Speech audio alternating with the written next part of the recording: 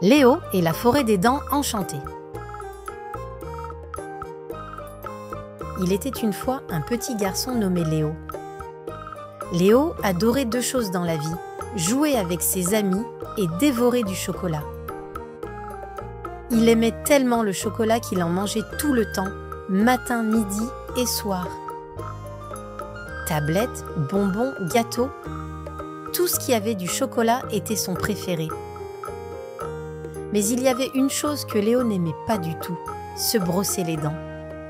Chaque soir, sa maman venait dans sa chambre avec sa brosse à dents et lui disait « Léo, il est l'heure de te brosser les dents. » Mais Léo trouvait toujours une excuse. « Je suis trop fatigué, maman. Peut-être demain. »« Oh, j'ai oublié. Mais ce n'est pas grave, non? Juste une fois. » Et ainsi, soir après soir, Léo se couchait sans se laver les dents. Un soir, après avoir mangé une énorme tablette de chocolat tout seul, Léo s'endormit profondément. Sa bouche était encore pleine de miettes sucrées. Il ronflait doucement, un sourire chocolaté sur son visage. Mais cette nuit-là, quelque chose d'extraordinaire se produisit. Au beau milieu de la nuit, un étrange bruit le réveilla. Cric, crac, croc. Léo ouvrit les yeux et regarda autour de lui. Sa chambre était plongée dans l'obscurité, mais une petite lumière scintillait au-dessus de son lit. C'était une minuscule fée. Elle portait une robe brillante comme les étoiles et tenait une baguette magique en forme de dent. Ses ailes translucides brillaient de 1000 couleurs. « Bonjour Léo », dit-elle avec une voix douce. « Je suis fée Blanchette, la gardienne des dents enchantées. Nous avons besoin de ton aide. »« Moi !»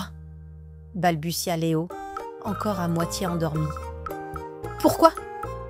Viens avec moi !» répondit la fée en souriant. « Je vais te montrer. » Avant que Léo ne puisse protester, Blanchette agita sa baguette. En un instant, Léo se retrouva emporté dans un tourbillon de lumière colorée. Ils traversèrent un portail magique fait de paillettes dorées et d'étoiles scintillantes. Quand ils atterrirent, Léo écarquilla les yeux. Devant lui s'étendait une forêt incroyable. Les arbres avaient des feuilles en forme de brosse à dents et les ruisseaux qui coulaient étaient remplis d'un dentifrice pétillant aux couleurs arc-en-ciel. L'air sentait la menthe fraîche. « Où sommes-nous » demanda Léo, émerveillé. « Bienvenue dans la forêt des dents enchantée » répondit Blanchette. « C'est ici que vivent les dents des enfants, protégés par la magie. Mais regarde ce qu'il se passe. » Léo regarda autour de lui et remarqua que certains arbres semblaient malades. Leurs feuilles étaient arrêtées brunes et cassantes et leurs troncs avaient des trous sombres. « Que leur est-il arrivé ?» demanda Léo, inquiet. « Les croquenouilles » répondit Blanchette d'un ton grave. « Ce sont de vilaines petites créatures qui adorent m'en grignoter les dents. Elles sont attirées par le sucre, comme celui que tu laisses dans ta bouche quand tu ne te brosses pas les dents. » À cet instant, un groupe de croquenouilles surgit d'un buisson. C'étaient de petites créatures poilues avec de grandes dents pointues et des yeux malicieux. Elles riaient en bondissant vers un arbre. Cric, crac, croc! Elles commencèrent à ronger le tronc. « Arrêtez ça !» cria Léo, horrifié. « Si tu veux les empêcher de détruire la forêt, tu dois les chasser avec cette brosse à dents magique. » Elle tendit à Léo une gigantesque brosse à dents colorée. Elle brillait comme un arc-en-ciel et semblait vibrer d'énergie. Léo la prit en main. Elle était légère mais puissante. « Vas-y Léo, montre-leur ce que tu sais faire. » Léo courut vers les croquenouilles et brandit la brosse à dents. Lorsqu'il les toucha, elles poussèrent des cris de protestation et s'enfuirent dans toutes les directions. « Hé ! Ce n'est pas si difficile !» s'exclama Léo, amusé. Il passa le reste de la journée à courir dans la forêt, brossant les croquenouilles hors des arbres. Petit à petit, les arbres reprenaient vie.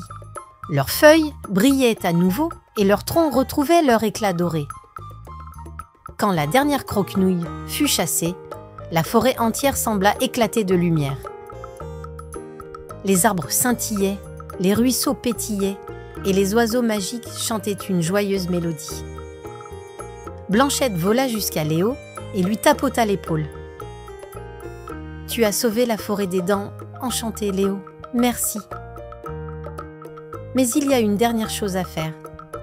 Elle agita sa baguette et une image apparut dans les airs. C'était le visage de Léo, mais ses dents étaient couvertes de taches sombres. « Oh, c'est à cause de tout le chocolat que je mange, n'est-ce pas ?» murmura Léo, un peu gêné. « Ce n'est pas le chocolat le problème, » dit Blanchette avec un sourire. « C'est que tu oublies de te brosser les dents après. Si tu veux garder cette forêt en bonne santé, tu dois commencer à prendre soin de tes dents. Tu promets ?» Léo hocha la tête avec détermination. « Je le promets, fait Blanchette. »« Très bien, dit-elle en souriant. Alors, il est temps pour toi de rentrer. » D'un coup de baguette magique, Blanchette renvoya Léo dans sa chambre. Quand il se réveilla le lendemain matin, il se demanda si tout cela n'avait pas été un rêve. Il trouva une brosse à dents scintillante, exactement comme celle qu'il avait utilisée dans la forêt. À partir de ce jour, Léo se brossa les dents après chaque repas, même après avoir mangé du chocolat. Il raconta son aventure à ses amis et leur expliqua pourquoi il était important de prendre soin de leurs dents. Et savez-vous quoi? Ses dents devinrent aussi blanches et brillantes que les arbres de la forêt des dents enchantées. Et ils vécurent heureux avec des dents bien propres.